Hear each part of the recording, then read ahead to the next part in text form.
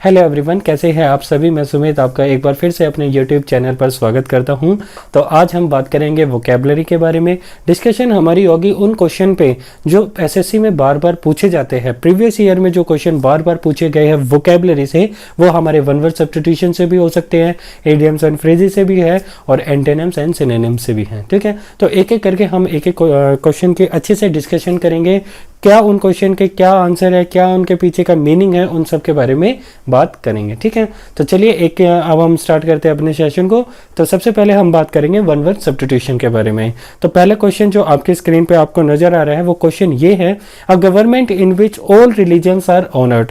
उस गवर्नमेंट के बारे में हमें बताना है जो कि हर एक रिलीजन को सम्मान देती है, उनका इक्वल प्रायोरिटी देती है। तो उनके बारे में हमें बताना है। चार ऑप्शन आपके सामने हैं। सबसे पहले communist, second socialistic and third secular and last capitalistic.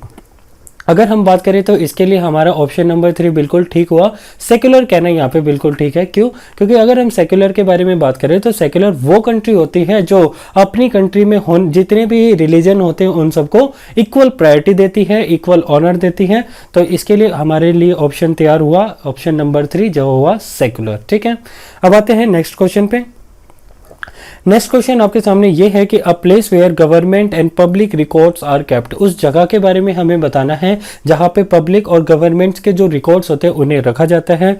चार ऑप्शन आपके सामने हैं। सबसे पहले आता है अचीव, उसके बाद आता है म्यूजियम, फिर आता है सेल्फ एंड लास्ट में आता है सेलर। ठीक है, तो अगर हम बात करें इसके आंसर के बारे में तो आंसर इसका होगा ऑप्शन नंबर 1 अचीव। ठीक है, तो अचीव वो जगह होती है जहां पे गवर्नमेंट्स के और पब्लिक के रिकॉर्ड्स को या हिस्टोरिकल रिकॉर्ड्स को एक जगह पे रखा जाता है। ठीक है, यहाँ पे एक वर्ड आपके सामने आ रहा है सेलर।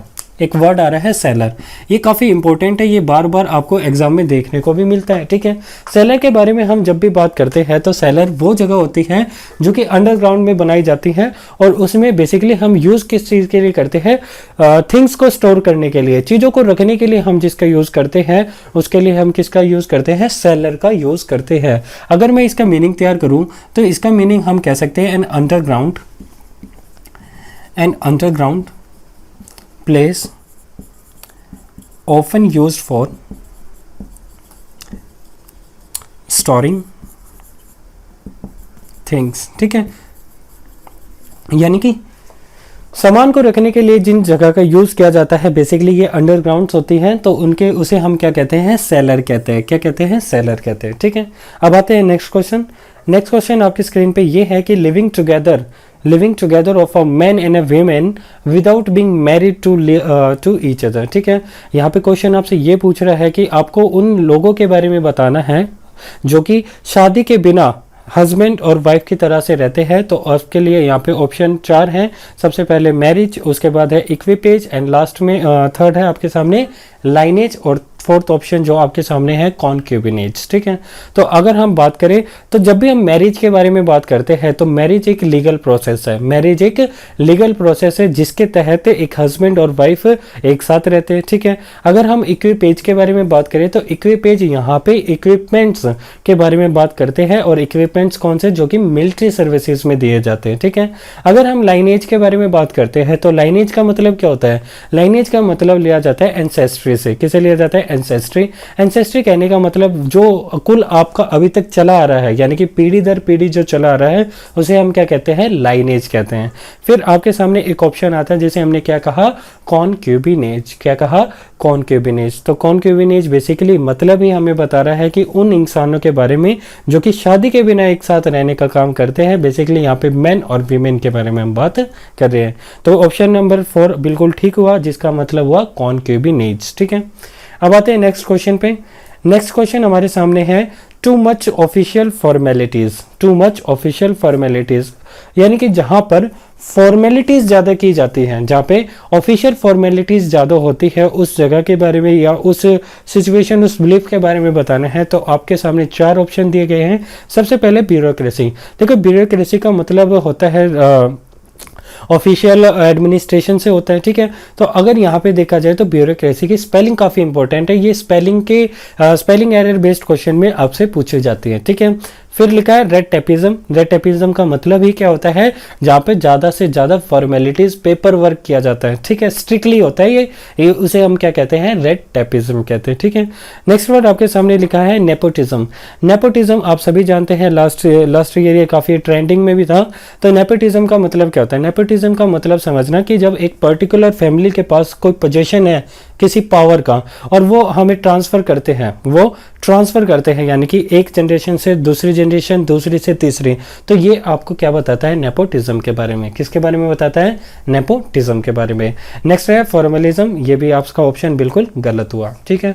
अब आते हैं नेक्स्ट क्वेश्चन जो आपके सामने है वो ये है कि dry weather without no rainfall, यानी कि सूखा मौसम बिना वर्षा के। तो इसे आपको बताना है कि आपके लिए कौन सा ऑप्शन ठीक होगा। सबसे पहले ड्रॉट दिया हुआ है, फिर ड्राफ्ट दिया हुआ है, उसके बाद ड्रॉट दिया हुआ है और उसके बाद डेजर्ट लिखा हुआ है, ठीक है।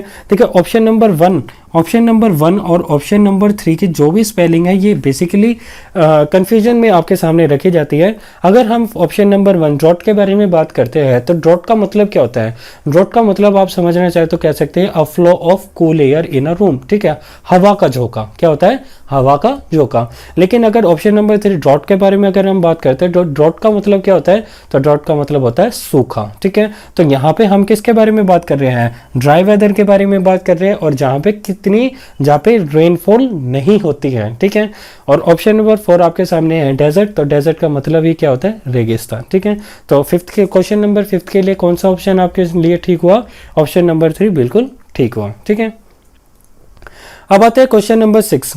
क्वेश्चन नंबर 6 कह रहे हैं a sly look that is lustful. A sly look that is lustful. तो इसके सामने आपके लिए 4 ऑप्शन है। पहले इसका मीनिंग समझिए। अ स्लाई लुक कहने का मतलब क्या होता है कि जब आप किसी को अनप्लीजेंट वे से देखते हैं, जो कि शो करता है आपकी इविलनेस को, या फिर आप कहे तो सेक्सुअल इंटरेस्ट को जो शो करता है, उसके लिए आपके यहाँ पे यूज करना है a sly look that is lustful, ठीक है। 4 ऑप्शन आपके सामने हैं। सबसे पहले ऑप्शन आपके सामने दिया हुआ है लीन, सेकंड है लॉर, और फिर है लार्क, एंड लास्ट में एक वर्ड दिया हुआ है लिटोरल। क्या दिया हुआ है, लिटोरल, ठीक है। तो अगर हम इसके मीनिंग के बारे में बात करें तो मीनिंग ऑप्शन नंबर 1 बिल्कुल ठीक है। जब भी हम लीर के बारे में बात करते हैं तो लीर का मतलब ही होता है कि जब आप किसी को अनप्लीजेंट वे से देखते हैं, अनप्लीजेंट वे में देखते हो, तो उसे हम क्या कहते हैं, लीर कहते हैं, ठीक है। अगर एक ऑप्शन नंबर 4 को आपको ध्यान से देखना है। ऑप्शन नंबर 4 में आपके सामने एक वर्ड लिखा हुआ है लिटोरल, एक वर्ड दिया हुआ है लिटोरल। लिटोरल का मतलब क्या होता है, देखो आपने ज्योग्राफी पढ़ी आप सभी ने, तो लिटोरल का मतलब होता है कंट्री का वो पार्ट जो कि कोस्टल एरिया में आता है। कंट्री का वो पार्ट जो कि कोस्टल एरिया में आता है उसे हम क्या कहते हैं, लिटोरल कहते हैं। क्या कहते हैं, लिटोरल कहते हैं, ठीक है। अब आते हैं अपने नेक्स्ट क्वेश्चन पे। नेक्स्ट क्वेश्चन आपके सामने है a jocular person who is full of amusing anecdote, ठीक है। यानी कि वो इंसान जो अपनी ज़िंदगी के मज़े उठाता है, अपने लुफ्त उठाता है, उस इंसान के बारे में बताना है जो कि अपने जीवन को बहुत ही ज़्यादा अच्छे से तरीके से जीना जानता है। उसके लिए हमें यहाँ पे 4 ऑप्शन दिए गए हैं। सबसे पहले वाइल्ड, फिर क्या है जोकिल, उसके बाद वेज, और उसके बाद हमें ऑप्शन नंबर 4 दिया गया है इयॉन, ठीक है। तो अगर हम बात करें तो इसके लिए ऑप्शन नंबर 3 बिल्कुल ठीक होगा। जब भी हम वेग के बारे में बात करते हैं तो वेग का मतलब ही उस इंसान से लिया जाता है जो कि अपने जीवन को बहुत ज़्यादा अम्यूजिंग तरह से जीता है, बहुत खुल के जीता है, बहुत हंसा के जीता है, उसे हम क्या कहते हैं, वेज। एक वर्ड आपके सामने दिया हुआ इयॉन, जब भी हम इयॉन के बारे में बात करते हैं इसका मीनिंग समझना। इयॉन का मतलब क्या होता है, इयॉन का मतलब होता है डिवीजन ऑफ टाइम। क्या होता है, डिवीजन ऑफ टाइम, यानी कि समय को डिवाइड कर दिया जाता है, और ये मेजर डिवीजन होता है। कैसा डिवीजन होता है, ये मेजर डिवीजन होता है, ठीक है। जैसे कि अगर मैं कहना चाहूँ तो यहाँ पे एरा में डिवाइड कर दिया जाता है, ठीक है। तो ये एक जो डिवीजन है टाइम का, ये काफ़ी बड़ा डिवीजन है, ठीक है। अब आते हैं नेक्स्ट क्वेश्चन है डीप इन थॉट। क्या दिया हुआ है, डीप इन थॉट। जब भी हम डीप इन थॉट के बारे में बात करते हैं तो डीप इन थॉट का मतलब क्या है, डीप इन थॉट का मतलब जब आप किसी चीज़ को बहुत गहराई से सोचते हैं तो उसके लिए आप यहाँ से कौन सा वर्ड आप सेलेक्ट करेंगे। पहला ऑप्शन दिया हुआ मेडिटेशन, सेकंड दिया हुआ पेंसिव, उसके बाद दिया है पेस्की और उसके बाद दिया है पॉडलियन। ठीक है, तो ये 4 ऑप्शन आपके सामने दिए हुए, आपको बताना है इसमें से कौन सा ठीक होगा। अगर हम इसके मीनिंग को तैयार करते हैं डीप इन थॉट, तो डीप इन थॉट कहने का मतलब क्या होता है, पेंसिव। क्या होता है, पेंसिव। और पेंसिव का मतलब क्या होता है, डीप इन थॉट। जब आप किसी चीज़ की स्टडी बहुत ज़्यादा डीपली करते हो तो उसे हम कौन सी स्टेट कहते हैं, पेंसिव स्टेट कहते हैं। क्या कहते हैं, पेंसिव स्टेट। तो ऑप्शन नंबर 2 बिल्कुल ठीक हुआ, पेंसिव कहना यहाँ पे बिल्कुल करेक्ट है। अब आते हैं क्वेश्चन नंबर 9 पे। क्वेश्चन नंबर 9 आपके सामने ये है कि विदाउट रिस्क ऑफ पनिशमेंट, क्या दिया हुआ है, विदाउट रिस्क ऑफ पनिशमेंट। जब आप किसी काम को पनिशमेंट की रिस्क के बिना करते हो तो उसके लिए आपको यहाँ पे बताना है कौन सा ऑप्शन ठीक होगा। सबसे पहले दिया हुआ है इम्प्रूडेंट, उसके बाद दिया हुआ है इम्प्यूनिटी, और उसके बाद एक्सोरेबल, और उसके बाद हमें दिया हुआ है इम्पर्टेबल। क्या दिया हुआ है, इम्पर्टेबल। ठीक है, तो अगर हम बात करते हैं ऑप्शन नंबर 2 इम्प्यूनिटी, तो इम्प्यूनिटी का ही मतलब क्या होता है कि जब आप किसी काम को बिना पनिशमेंट के रिस्क के करते हो तो उसे हम क्या कहते हैं, इम्प्यूनिटी। क्या कहते हैं, इम्प्यूनिटी। एक वर्ड आपके सामने ऑप्शन नंबर 3 में लिखा हुआ है इनएक्सोरेबल। क्या दिया हुआ है, इनएक्सोरेबल। अगर हम इनएक्सोरेबल के बारे में बात करते हैं तो इनएक्सोरेबल का मतलब क्या है, इनएक्सोरेबल का मतलब होता है जिसे रोका ना जा सके, जिसे रोका ना जा सके, यानी कि that can not be stop. ठीक है, अब आते हैं नेक्स्ट क्वेश्चन पे।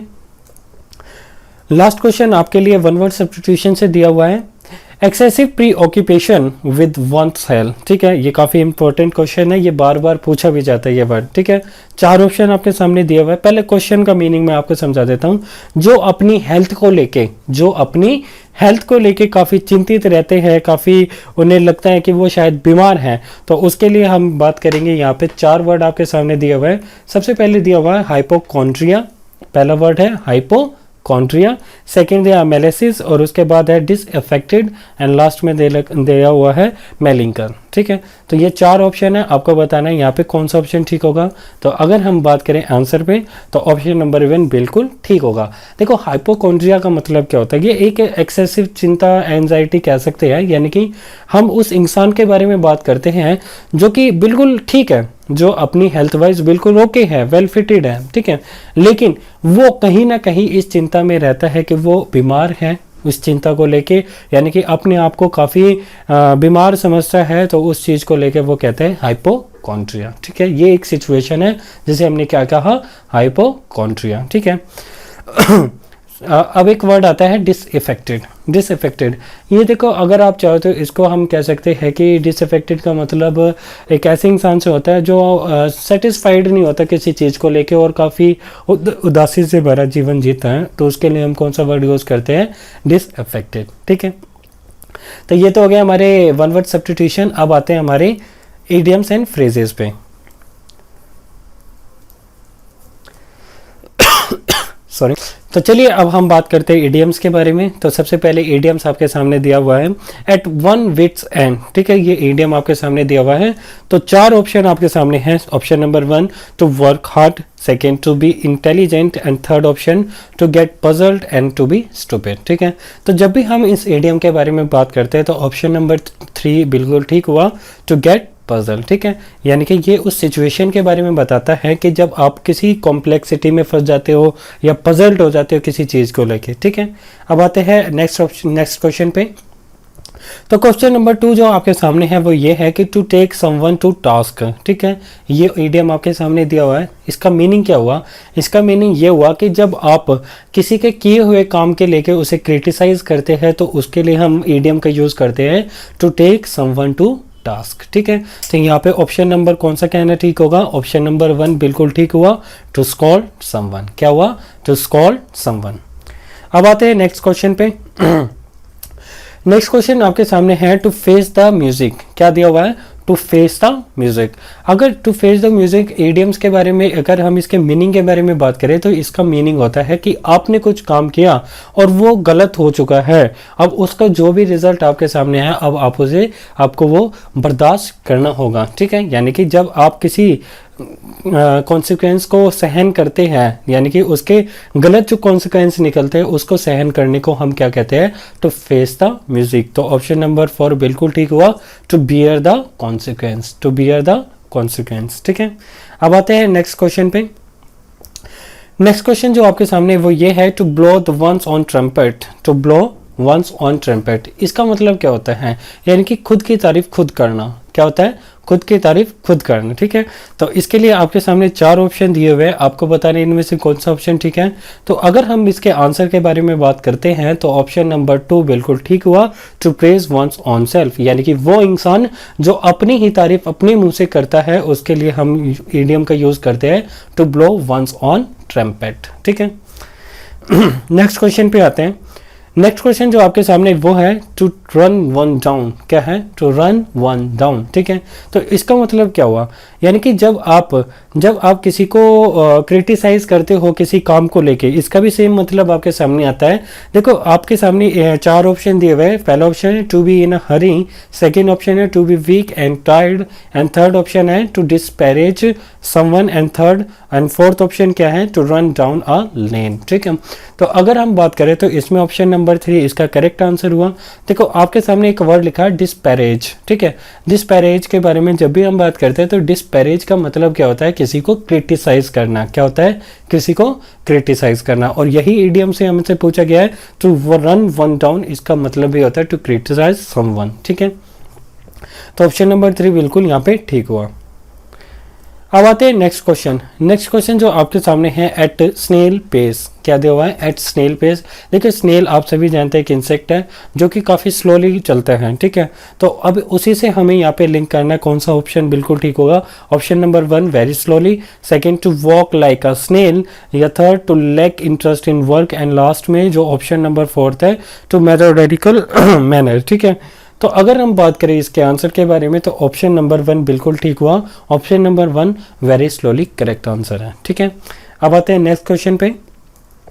नेक्स्ट क्वेश्चन जो आपके सामने है, to turn a deaf ear. To turn a deaf ear, इसका मतलब क्या होता है। देखो जब भी हम to turn a deaf ear के बारे में बात करते हैं तो बेसिकली आपको जो कहा जाता है आपको कुछ कहा जाता है या किसी चीज़ के लिए आपको कुछ कहा जाता है, आप उन चीज़ों को इग्नोर करते हो तो उसे हम क्या कहते हैं, to turn a deaf ear. ठीक है, तो इसके लिए 4 ऑप्शन आपके सामने हैं, तो ऑप्शन नंबर 2 बिल्कुल ठीक हुआ, टू बी इनडिफरेंट। कौन सा ठीक हुआ, option number 2 to be indifferent.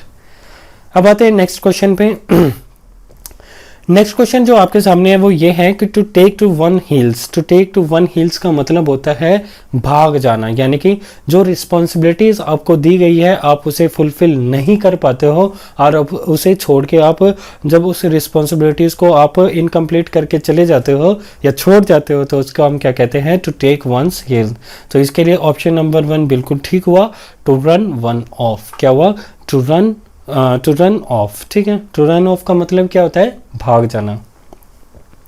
अब आते हैं नेक्स्ट क्वेश्चन। नेक्स्ट क्वेश्चन आपके सामने ये है, to have someone's up one sleeves. ठीक है, तो अगर हम इस इडियम के बारे में बात करें तो इस इडियम का एक अपने आप में ही अलग मतलब ये है कि आपने एक प्लान बनाया कि भाई आप सब दोस्त कहीं घूमने जाओगे, आप उस प्लान को क्या करोगे, आपने सीक्रेट रखा। कब तक सीक्रेट रखा, जब तक कि वो तारीख ना जाए। तो यानी कि जब आप कोई प्लान बनाते हो और जब तक वो उस काम को ना हो जाए उसे सीक्रेट रखते हो तो उसे हम क्या कहते हैं, to have something up one's sleeve. ठीक है, तो इसके लिए ऑप्शन नंबर 4 बिल्कुल ठीक हुआ, हैविंग सीक्रेट प्लान। ठीक है, अब आते हैं नेक्स्ट क्वेश्चन। ये लास्ट क्वेश्चन है आपका आज का सॉरी। क्वेश्चन आपके सामने है, to end in smoke. To end in smoke आप सभी जानते हैं इसका ऑप्शन नंबर 3 बिल्कुल ठीक हुआ, टू कम टू नथिंग। ठीक है, कुछ भी हासिल ना होना। ठीक है, तो दोस्तों ये थे हमारे कुछ इडियम्स और वन वर्ड सब्स्टिट्यूशन जो प्रीवियस ईयर में बार बार पूछे गए हैं एसएससी में, और होपफुली कि ये आगे भी पूछे जा सकते हैं। आपको इन्हें अच्छे से समझना है। अगर इनमें से कोई वर्ड ऑप्शन में से ऐसा है जो आपको समझ नहीं आया तो आप वो मुझसे कमेंट सेक्शन में या फिर मेरे किसी भी फेसबुक पे या इंस्टाग्राम पे आप उससे डाउट के थ्रू पूछ सकते हैं। ठीक है, तो आज के लिए इतना ही रखते हैं, तो और बाकी हम बात करेंगे अपने नेक्स्ट सेशन में। तो आज के लिए इतना ही, थैंक यू।